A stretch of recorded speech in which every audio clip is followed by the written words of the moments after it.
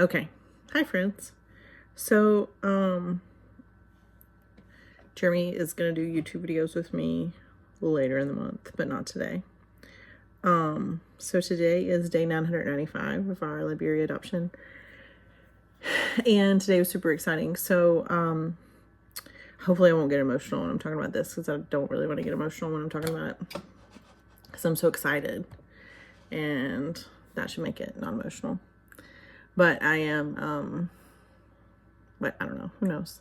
So early on in our videos, when we first got to Liberia, we were super excited to meet our kids and super excited to do all of that. But there was this, like, just one little boy that just kind of kept calling out to us, like every time we, not him personally calling out to us, but like every time we would see him, we'd be like, man, that kid's cool. Like, we really like him. And just watching him interact with the other kids at the orphanage and just watching his disposition and his personality. And like, those kids are hard because, you know, especially the ones that you know, or I was like, well, where's this, like, is he matched? Does he have a family yet? And he like didn't have a family. And so that was a big deal. And so we were like, oh, he doesn't have a family. But like at that time we we're like, yeah, you know, so here we are with our family of 7, you know. We are three American born kids and then 2 Liberian girls, and 5 kids seems like plenty.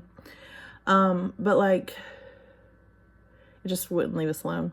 So when we were in Liberia, we were hoping to adopt the girls while we were there, as anyone that knows has watched our videos. And like, just this kid, I mean, it just kept coming up in conversation. Because he's younger than our American kids, about the same age as our Liberian kids, but kids that live in the orphanage together kind of have a sibling bond already.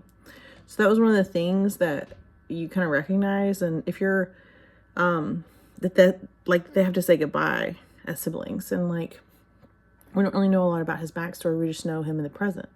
Really bonded with him. One time he wrote me a letter.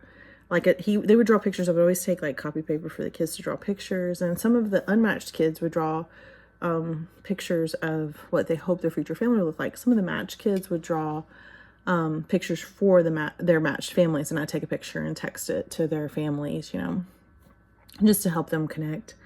And he probably like June when we were there, so we were there from February, maybe May. He drew me a picture and gave it to me, and it was a note basically, and it asked for us to find him parents just like us, please, because he really liked us and we were really nice to him and good to him. And it just struck me, like, he never assumed that we would choose him. He didn't ask us, like, please take me home with you. I mean, that's not these kids' style. They know that you're there to adopt specific kids, and they know that, you know, one day their parents will come. But it stuck with me because I was like, you know, he likes us. He likes our dynamics. He likes, you know, and he just fits so well, you know, like, he's born to be the brother of sisters. Like, this kid, I watched him, like, you know, he's the jump rope holder for all their games. They have these elaborate jump rope games that they play, and he's the holder. Like, he holds the rope. It's a very important job because it's kind of around your waist. You have to move it up and down. And I mean, I just watched him like fix toys for other kids that would break, and he's just so good natured, always smiling. So Jeremy and I have probably talked about it like over, because it's been almost a year. So we left for Liberia February 9th of this past year, and it's December of 2024. And you know, at the time we we're like, we don't really want to start over with Liberia if we can get the girls now. Like, if we were to add him onto our adoption plan, like, what would that look like? What would that take? And at the time we were living in Liberia, we're like, I don't know if we can come back here. Like, it was a depressing time. Even when we got home, it was a depressing time. It just kind of kept coming up. And lately I've looked at our adoption. I'm like, you know, this could be like, we could be dealing with this for another 6 months to a year. Like, although we think things are going to happen and we think things are going to be okay, we don't know that. So we've settled into like international parenting. Like, we're going to visit them every 4 to 6 months. One of us is going to go. We're going to keep mailing them things. We're going to do more. We've really pushed hard to get video calls with them and just stay connected. Because, I mean, our girls are 8 and 7 living in Liberia. So like, it's not like they're toddlers. So getting all that done and being excited about that. But reality is, we don't know when the Liberian government's going to let these kids go. We don't know. And it's nothing that our agency's doing wrong.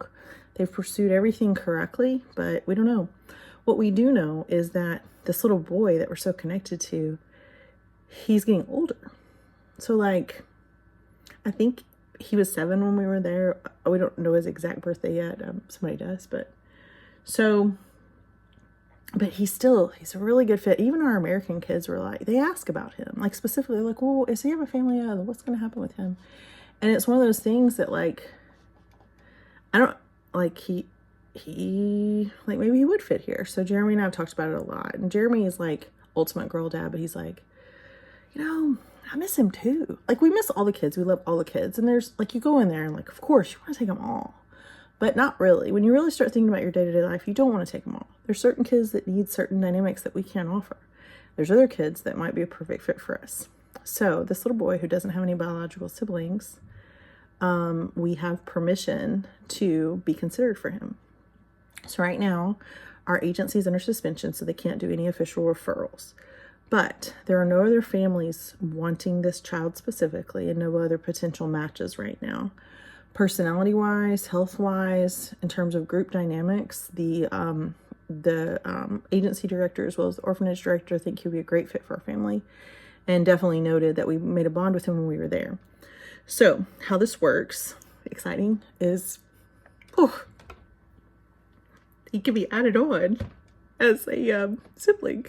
So I said I wasn't getting emotional because it's gonna be weird to, like, sit in our movie room, like, at Jeremy's desk, and computer screen keeps coming on to my left. But he doesn't have to be a biological sibling to be added on as a sibling. So we can add him on now. We have to do an addendum to our I-600A supplement form, changing the number of kids. We have to redo our home study, which is almost time to do that anyway. We have to do that once a year. So we redo our home study and make sure that we're licensed for to adopt 3 children instead of 2. And we'll pursue that. Now, the chance of him being able to come home when the girls come home, that's the tricky part. So we're going to delay the girls to wait for him. No, we are not. Because Jeremy and I figured out we can pretty much travel back and forth to Liberia for about $3,000 to $5,000 every 6 months. And so we can make that work in our budget. What we probably can't make work in our budget, which is one of the reasons I wanted to jump on this video today and start asking you guys for help, is the add-on fee. So a typical adoption in Liberia is going to cost you about $30,000 to $35,000, including travel and all that. So, or we just adopting one kid, that's 35. Sometimes it can get up to 40, depending on how long you have to stay in country, but 35 to 40 grand. Now, when you adopt a sibling, all those fees kind of end up being half off, and then you're usually just traveling once. And there's a lot of fees that are the same. So for us to adopt 2 girls, it would have been 30, but then it ended up being only around 50,000, which I know when I say only 50,000, you guys are like, go. So we've already paid everything for the girls. If we add this little boy on as a sibling, even though he's a non-biological sibling, he's still a sibling, we can add him on. And basically the fee schedule that we'll need to do is $12,900 plus his plane ticket home. So, I mean, a one-way plane ticket home can mean anywhere from $1,500 to $3,000, depending on which time you fly and how much in advance you can get that ticket. So $12,900, pretty good. So what we need to do is we update our home study, which costs us about $500 to $1,000 every time we do it, depending on the circumstances surrounding that. Our I-600A will addend, which will be fine. And then we'll have to send a letter of intent to the country of Liberia for $2,500. And then we will have agency fee. So total $12,900 for his entire adoption if we do it now, which was partly why Jeremy and I kept talking about it. Because we're like, what we think will happen is that since there's younger kids in the orphanage and since there's other sibling sets and he is a single kid and a boy, sometimes those single kid boys kind of get overlooked. So his chance at finding a family between, especially since there's a suspension as like probably 8-year-old boy by this time, is low. Now, that's why I really encourage, not because I want you to add on kids, but I think it's important for families to visit if they can, because visiting your kids and seeing them in their element, getting to know their friends, getting to know their life, their personalities, is only going to help you when they get home. And they can say goodbye. They had to say goodbye to their birth family. They say goodbye to their friends when they get adopted. They understand goodbye. So it's okay to visit. And I support that, as I did in the last video. But as soon as the suspension lifts, we'll accept a formal referral. We'll do all the paperwork between now and then. So we'll get our home study going. So home study is going to be about $1,000, and then those forms and fees we discussed. So under $15,000 to add him. And then, of course, the travel expenses. And then we will start paying his pre-adoptive care fee. So right now we do $500 a month, $250 per each kid, which if you know anything about living in Liberia, $250 a month does not cover everything that these kids need. So we'll up that to $750. So we cannot officially be invoiced for his pre-adoptive care right now because he's not officially matched with us. But we can donate that and make sure that that's earmarked for his support for our agency to continue to care for him. So that's something we're going to start doing this month, just because I think that's the right thing to do. Although our agency was like, you're not required to do that until the official match. Just because we're not required to doesn't mean that we're not going to, because we see him as our son. So, which is so exciting to say, because like, how cool is it to have a son? It was funny talking to our American-born kids about like, well, let's see, we do have, like, I'm in our movie room right now. It came with these recliners. I did not purchase these, but they're like, well, he could sit right there and we could put his toys here. And like, our girls have a big bunk room and we still have 2 extra bedrooms. So he could have his own bedroom with this mob full of girls, and we would still have a guest room. Although I think the guest room might end up being a girl walk-in closet at some point, but that's neither here nor there. But we have space for him. And they were talking about, like, in the Yukon, we can fit 6 kids, but in the Suburban, we only fit 5. And they're like, what are we going to do? I'm like, well, we're going to ask Chris if he'll switch out that seat for a bench seat. And then the captain's chair is like, oh, that'll work.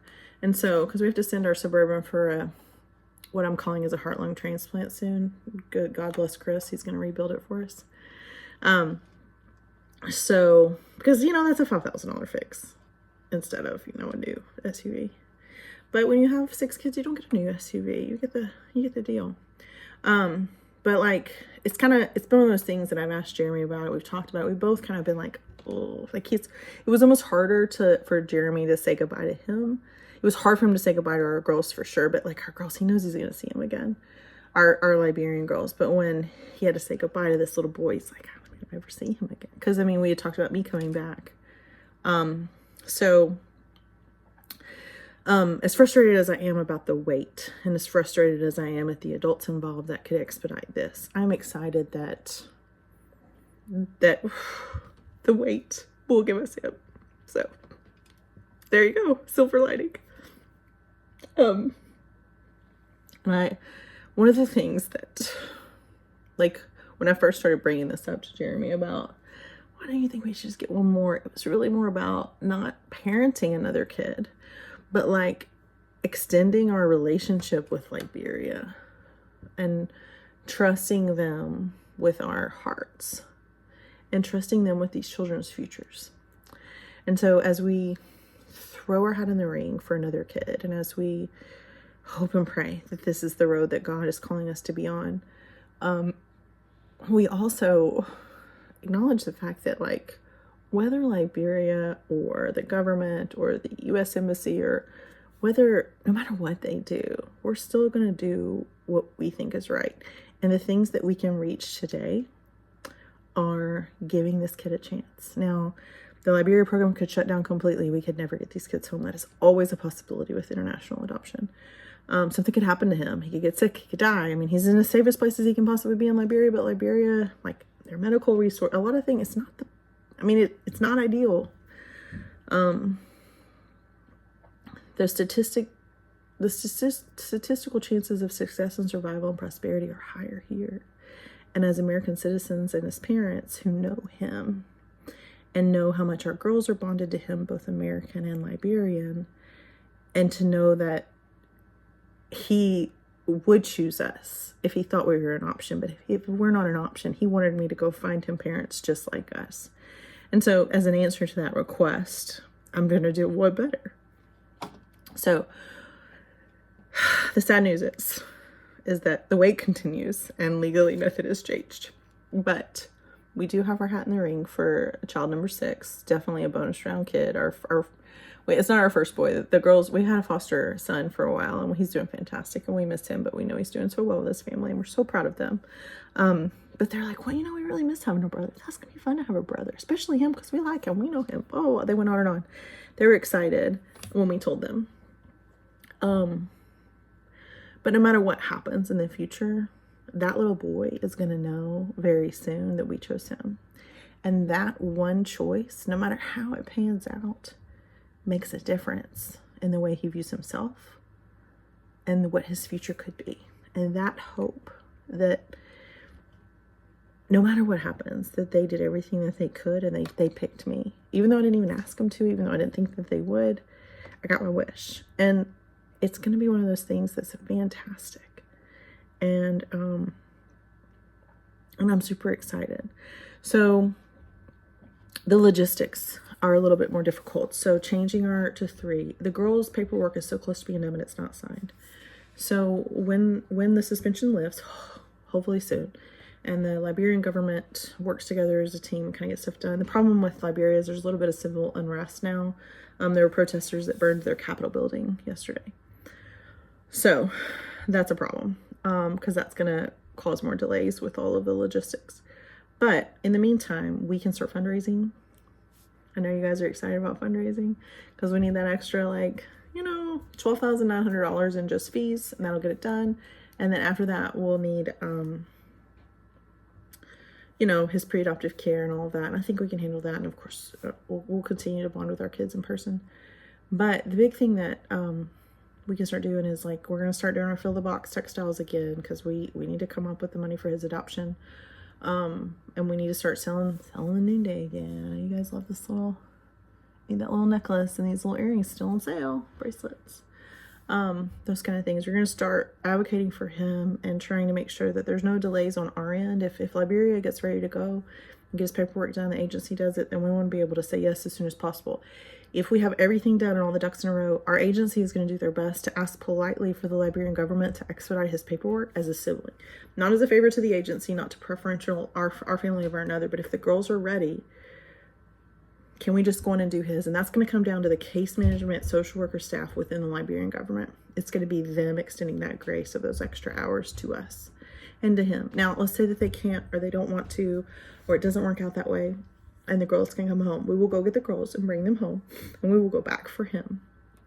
But by starting his process now, he still will be included from an immigration standpoint as a sibling, even though they may not come home all together. So if that happens, their paperwork's like on the verge with one signature.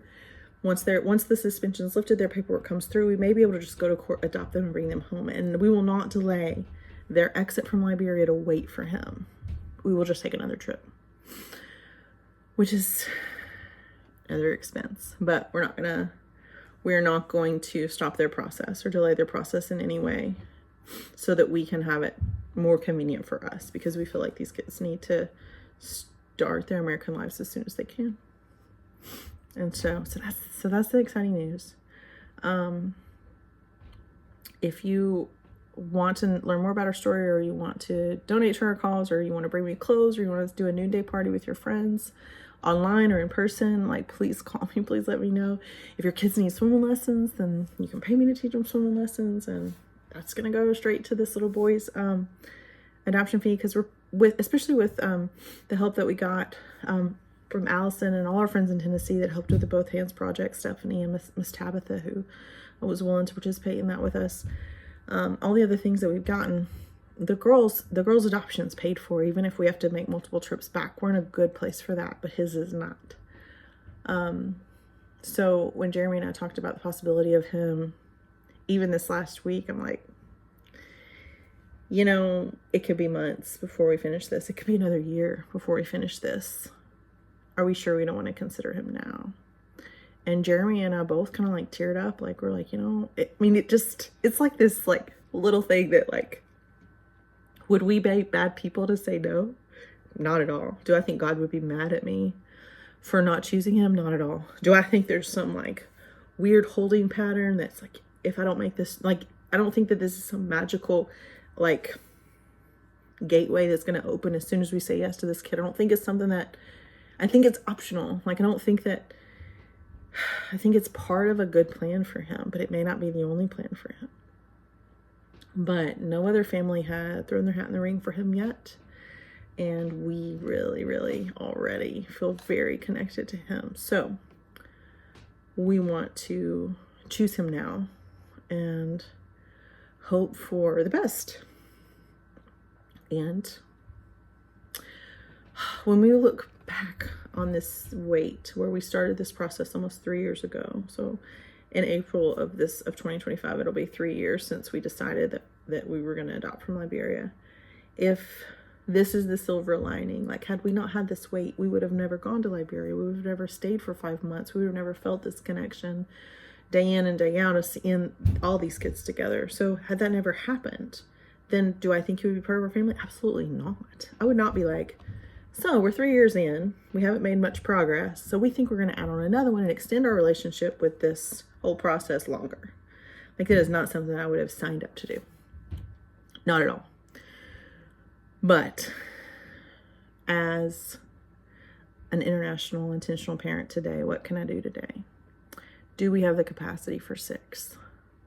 Can we come up with the financial resources to make the adoption happen? And then after that, do we have the capacity for 6 children to thrive under this roof? And after much deliberation and a lot of prayer and a lot of like apprehension about what we're walking into, what we're agreeing to, it became an extremely easy choice to just say, whether we get him now or whether we get him 2-3 years from now, we're not going to stop wanting him. So why not do it now? If we can add him on as a sibling, it certainly helps with the resources to find, because finding, although by the grace of the court of public opinion, friends and strangers, we were able to fundraise a lot of the girls' adoption fees and the extra travel in the 3 years. I mean, we spent an extra $10,000 of unforeseen expenses for their monthly pre-adoptive care. So I think that, although I think there's some people that are just like, whoa, this adoption is going to be so expensive. And I mean, could we have bought a condo with this money? Probably. Although people aren't going to donate for me to buy a condo, I don't think. Maybe.